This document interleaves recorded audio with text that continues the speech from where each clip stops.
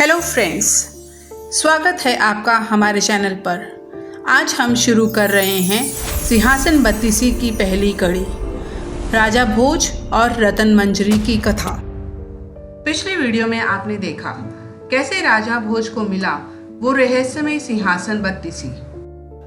लेकिन जैसे ही राजा भोज ने उस सिंहासन पर बैठने की कोशिश की, तभी एक रहस्यमयी पुतली की आवाज़ आई। मैं हूँ रतन मंजरी, इस सिंहासन की पहली पुतली। इस सिंहासन के योग्य सिर्फ एक ही राजा था, विक्रमादित्य। तुम इस पर बैठने के इच्छुक हो, पर क्या तुम सच में इसके योग्य हो? और फिर शुरू हो गई राजा विक्रमादित्य की वो अद्भुत गाथा, जहाँ धर्म, दान और त्याग की मिसाल रची गई। अम्बावती के एक दानी राजा धर्मसेन से शुरू हुई ये कहानी। उसकी 4 रानियां थीं। उनमें से एक थी ब्राह्मण, दूसरी क्षत्रिय, तीसरी वैश्य और चौथी शूद्र। ब्राह्मणी रानी से एक पुत्र हुआ जिसका नाम ब्राह्मणीत रखा गया। क्षत्राणी रानी से 3 पुत्र हुए, शंख, विक्रमादित्य और तीसरे का नाम रात्रि रखा गया। वैश्य रानी से भी एक पुत्र हुआ जिसका नाम चंद्र रखा गया। शूद्राणी रानी से भी एक पुत्र हुआ जिसका नाम धन्वंतरी रखा गया। जब वह पुत्र बड़े हुए तो ब्राह्मणी का पुत्र ब्राह्मणीत घर से निकल पड़ा और धारापुर आया। पुतली रतन मंजरी ने राजा भोज से कहा, हे राजन, वहां के राजा तुम्हारे पिता थे। उस लड़के ब्राह्मणीत ने तुम्हारे पिता को मार डाला और वह स्वयं वहां राज करने लगा। इस तरह राज्य अपने हाथ में लेकर वह उज्जैन पहुंचा। संयोग की बात है कि उज्जैन में आते ही वह मर गया और उसके मरने पर क्षत्राणी का बेटा शंख गद्दी पर बैठ गया। किंतु जल्द ही वह भी मृत्युलोक को प्राप्त हो गया और विक्रमादित्य गद्दी पर बैठे। एक दिन राजा विक्रमादित्य को राजा बाहुबल के बारे में पता चला कि जिस गद्दी पर वह बैठे हैं वह राजा बाहुबल की कृपा से है।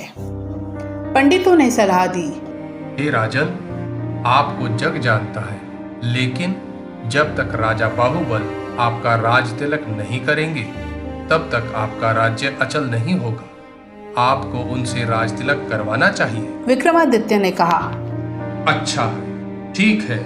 और वह अपने ज्ञानी और विश्वसनीय साथी लूथवरण को लेकर राजा बाहुबल के राजमहल के लिए रवाना हो गए। राजा बाहुबल ने बड़े आदर से उनका स्वागत किया।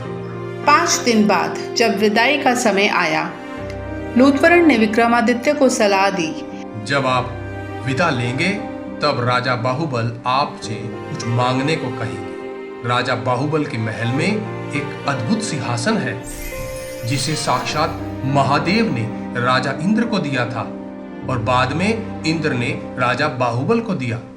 उस सिंहासन में 32 पुतलियां हैं और उनमें असीम शक्तियां हैं। जो उस सिंहासन पर बैठेगा वह 7 द्वीप 9 खंड पृथ्वी पर राज करेगा। ये राजन, तुम उसी सिंहासन को मांग लेना। अगले दिन जब राजा विक्रमादित्य विदा लेने गए तो उन्होंने वही सिंहासन राजा बाहुबल से मांग लिया। राजा बाहुबल वचन से बंधे थे और उन्होंने अपना वचन निभाया। उन्होंने विक्रमादित्य को उस सिंहासन पर बिठाकर राजतिलक किया और बड़े प्रेम और आदर से विदा किया। राजा विक्रमादित्य ने अपने साम्राज्य में लौटते ही सभा बिठाई। मैं महादान का ऐलान करता हूँ, जिसमें मैं 1.25 लाख कन्याओं का दान करूंगा, 1.25 लाख गाय दान करूंगा और किसानों का 1 साल का लगान माफ किया जाएगा। क्या मैं भी ऐसा दान कर सकता हूँ? क्या मैं भी इतना दानी और धर्मात्मा हूँ? क्या मैं सच में इस सिंहासन के योग्य हूँ? इतने में पुतली रतन मंजरी बोली, हे राजन, अगर आपने भी कभी ऐसा दान किया है तो सिंहासन पर अवश्य बैठे। पुतली रतन मंजरी की बात सुनकर राजा भोज निराश हो गए और उनकी आंखों में सच्चाई की चमक उतर आई। उन्होंने महसूस किया, इस सिंहासन पर बैठने के लिए सिर्फ राजा होना काफी नहीं, राजा विक्रमादित्य जैसा चरित्र भी होना चाहिए। और इस तरह सिंहासन की पहली पुतली रतन मंजरी ने राजा भोज को सिंहासन पर बैठने नहीं दिया। लेकिन कहानी अभी बाकी है। क्या अगली पुतली चित्रलेखा राजा भोज को आगे बढ़ने देगी? क्या राजा विक्रमादित्य की अगली कथा राजा भोज के हृदय को बदल पाएगी? जानने के लिए देखिए अगली वीडियो, चित्रलेखा की जुबानी विक्रमादित्य की दूसरी कहानी।